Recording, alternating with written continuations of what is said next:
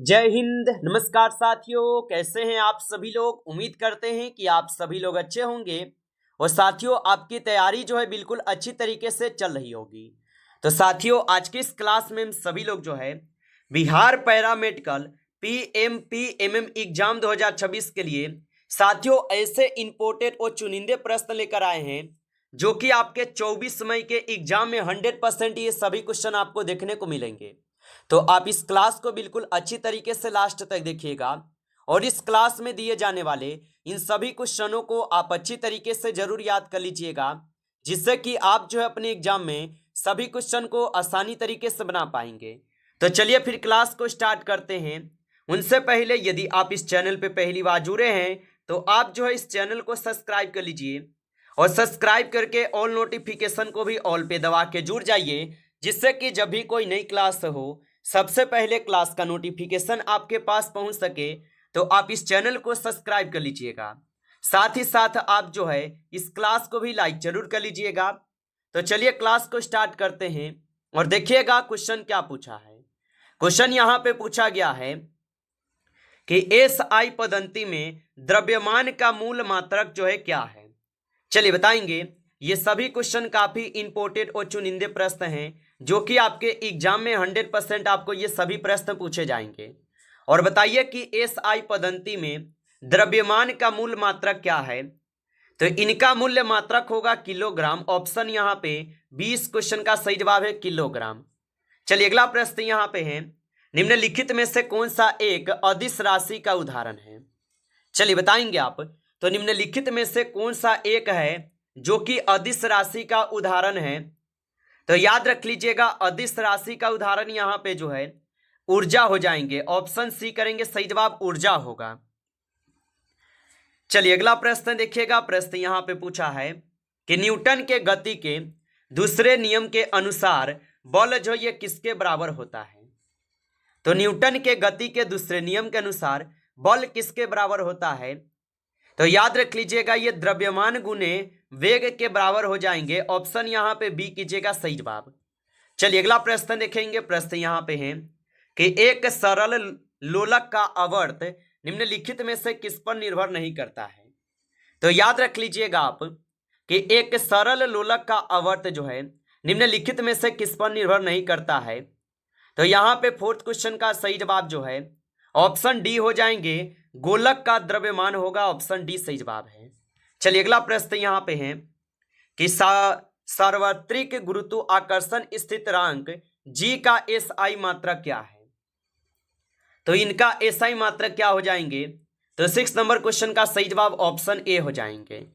चलिए अगला प्रश्न देखेंगे। प्रश्न यहाँ पे है कि पृथ्वी तल से किसी वस्तु का पलायन वेग लगभग कितना होता है। तो पृथ्वी तल से किसी वस्तु का पलायन वेग लगभग कितना होता है। तो ये होते हैं लगभग आपके 11.2 किलोमीटर प्रति सेकेंड। ऑप्शन यहाँ पे डी इस क्वेश्चन का सही जवाब है। चलिए अगला प्रश्न देखेंगे और प्रश्न पूछा है कि हुक के नियम के अनुसार प्रत्यास्थ सीमा के अंदर प्रतिबल किसके अनुक्रमानुपाती होता है। तो हुक के नियम के अनुसार प्रत्यास्थ सीमा के अंदर प्रतिबल किसके अनुक्रमानुपाती होता है। तो ये हो जाएंगे आपके विकृति के। ऑप्शन यहाँ पे सी सही जवाब है, विकृति के होगा। चलिए अगला प्रश्न देखिएगा और प्रश्न यहाँ पे आपसे पूछा है कि किसी द्रव्य का पृष्ठ तनाव बढ़ने पर उसका क्या होता है। तो किसी द्रव्य का पृष्ठ तनाव बढ़ने पर उसका क्या होता है। तो याद रखेंगे यहाँ पे 9th क्वेश्चन का सही जवाब बी हो जाएंगे, बूंदों का आकार घटता है। ऑप्शन यहाँ पे 20 क्वेश्चन का सही जवाब है। चलिए अगला प्रश्न देखेंगे। प्रश्न यहाँ पे है कि एक आदर्श गैस के लिए स्थिर ताप पर दाब P और आयतन V का संबंध क्या है। चलिए बताएंगे। तो एक आदर्श गैस के लिए स्थिर ताप पर दाब P और आयतन V का संबंध जो है क्या है। तो यहाँ पे इस क्वेश्चन का सही जवाब लगाएंगे। ऑप्शन यहाँ पे सी, ऑप्शन सी सही जवाब दिए गए हैं। चलिए अगला प्रश्न देखेंगे और प्रश्न क्या पूछा है कि उष्मा गति के प्रथम नियम को किस रूप में जो है व्यक्त किया जाता है। चलिए बताएंगे आप। तो उष्मा गति के प्रथम नियम को किस रूप में व्यक्त किया जाता है। तो 11वें नंबर क्वेश्चन का सही जवाब ऑप्शन ए हो जाएंगे, ऑप्शन ए करेंगे सही जवाब। चलिए अगला प्रश्न यहाँ पे है, और प्रश्न क्या पूछा है कि एक आदर्श ऊष्मा इंजन की क्षमता एन किस सूत्र द्वारा दी जाती है। तो एक आदर्श ऊष्मा इंजन की क्षमता किस सूत्र द्वारा दी जाती है। तो यहाँ पे 12वें नंबर क्वेश्चन का सही जवाब सी रहेंगे, ऑप्शन सी सही जवाब है। चलिए अगला प्रश्न देखेंगे, और प्रश्न क्या है कि ओम के नियम के अनुसार किसी चालक में विभवांतर भी और धारा एक के बीच का संबंध है। तो ओम के नियम के अनुसार किसी चालक में विभवांतर भी और धारा एक के बीच क्या संबंध है। तो यहाँ पे आप 30 नंबर क्वेश्चन का सही जवाब ऑप्शन सी करेंगे, ऑप्शन सी हो जाएंगे सही जवाब। चलिए आगे देखिए, अगला प्रश्न यहाँ पे है किसी लेंस की क्षमता का एसआई मात्रक क्या है। चलिए बताएंगे, और आप अभी तक इस क्लास को लाइक नहीं किए हैं तो क्लास को एक बार आप लाइक जरूर कर लीजिए। नए जुड़े हैं आप इस चैनल पे तो चैनल को भी सब्सक्राइब करके आप ऑल नोटिफिकेशन को ऑल पे दबा के जुड़ जाइए, जिससे कि जब भी कोई नई क्लास हो सबसे पहले जो है क्लास का नोटिफिकेशन आपके पास पहुंच सके। तो आप इस चैनल को सब्सक्राइब कर लीजिएगा। और किसी लेंस की क्षमता का एसआई मात्रक क्या है। तो किसी लेंस की क्षमता का एसआई मात्रक अगर देखें तो यहां पे हो जाएंगे डायोप्टर, ऑप्शन सी कीजिएगा, डायोप्टर होगा। चलिए अगला प्रश्न यहां पे है कि एक समतल दर्पण द्वारा बनाया गया प्रतिबिंब निम्नलिखित में से कैसा होता है। तो एक समतल दर्पण द्वारा बनाया गया प्रतिबिंब निम्नलिखित में से कैसा होता है। तो ये होते हैं आप सभी लोग का आभासी एवं सीधा, ऑप्शन बी करेंगे सही जवाब, आभासी तथा सीधा। आगे देखिए अगला प्रश्न यहाँ पे है प्रकाश के व्यक्तीकरण के लिए कौन सी गैस जो है आवश्यक शर्त है। चलिए बताएंगे, तो प्रकाश के व्यक्तीकरण के लिए कौन सी आवश्यक शर्त यहाँ पे है। तो याद रखेंगे यहाँ पे दो स्रोत संगत होने चाहिए, ऑप्शन यहाँ पे 20 क्वेश्चन का सही जवाब है, दो स्रोत संगत होनी चाहिए। आगे देखिए अगला प्रश्न यहाँ पे पूछा है, और प्रश्न क्या पूछा है कि किसी धातु से प्रकाश इलेक्ट्रॉन के उत्सर्जन के लिए आपतित प्रकाश की आवृत्ति डैश चाहिए। तो आप बताएंगे इनके लिए आवृत्ति चाहिए आपके देहली आवृत्ति के बराबर या अधिक, ऑप्शन यहाँ पे सी आपका सही जवाब है।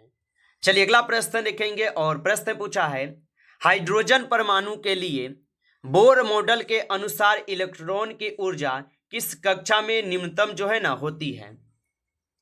तो याद रख लीजिएगा 80 नंबर क्वेश्चन का सही जवाब ऑप्शन ए रहेंगे, n बराबर 1 हो जाएंगे, ऑप्शन ए सही जवाब है। चलिए अगला प्रश्न देखेंगे, और प्रश्न क्या पूछा है कि नाभिकीय विखंडन में क्या होता है।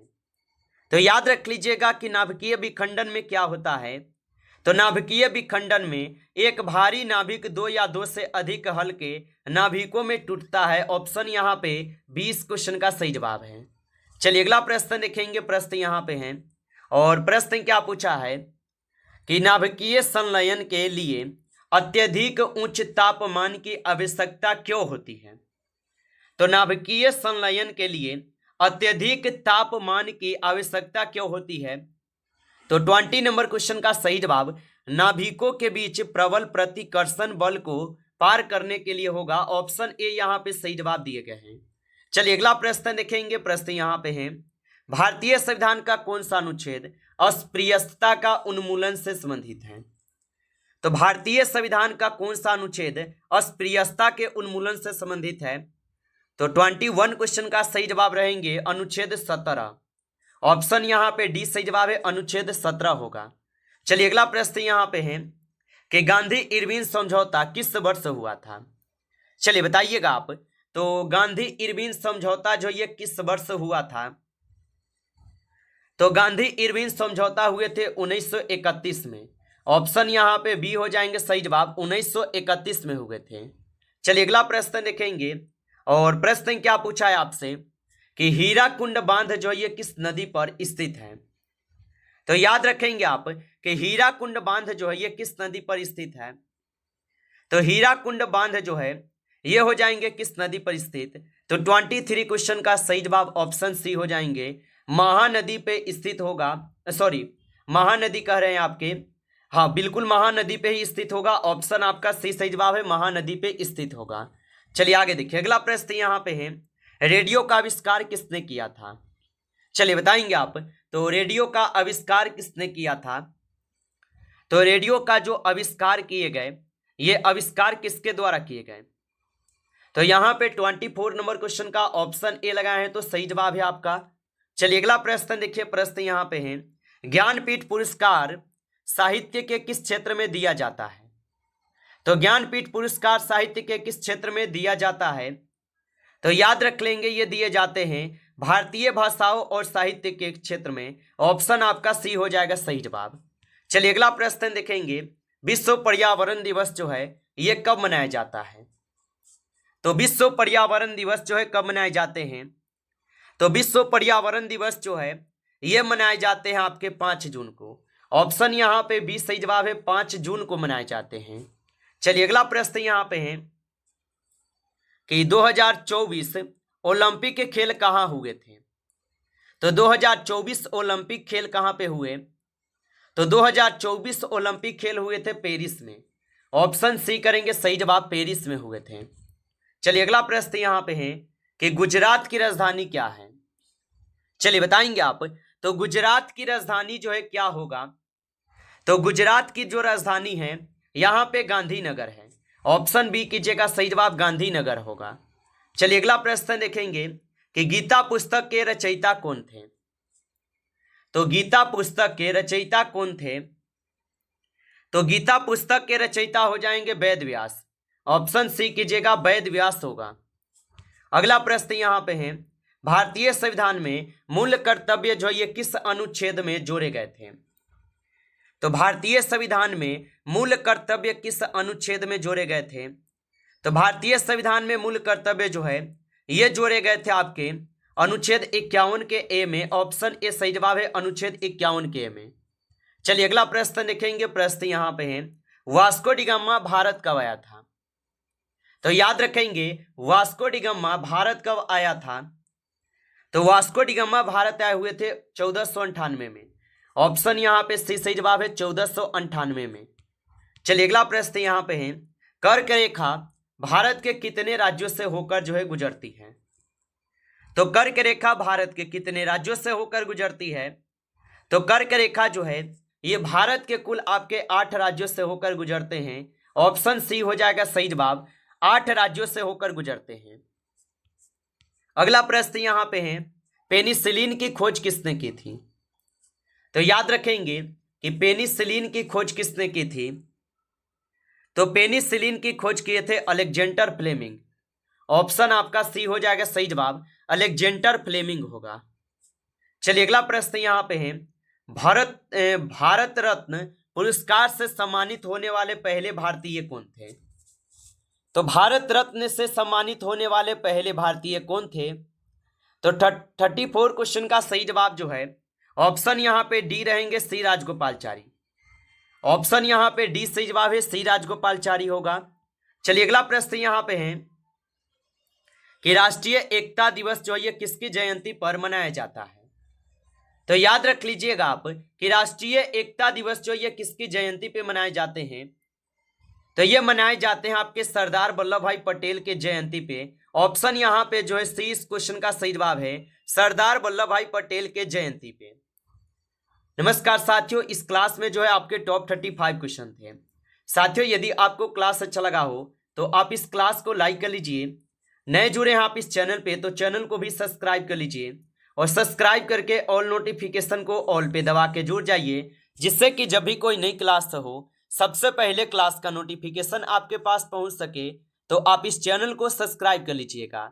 चलिए फिर मिलते हैं आपसे नेक्स्ट टॉपिक के साथ नेक्स्ट क्लास में। तब तक के लिए जय हिंद, जय भारत।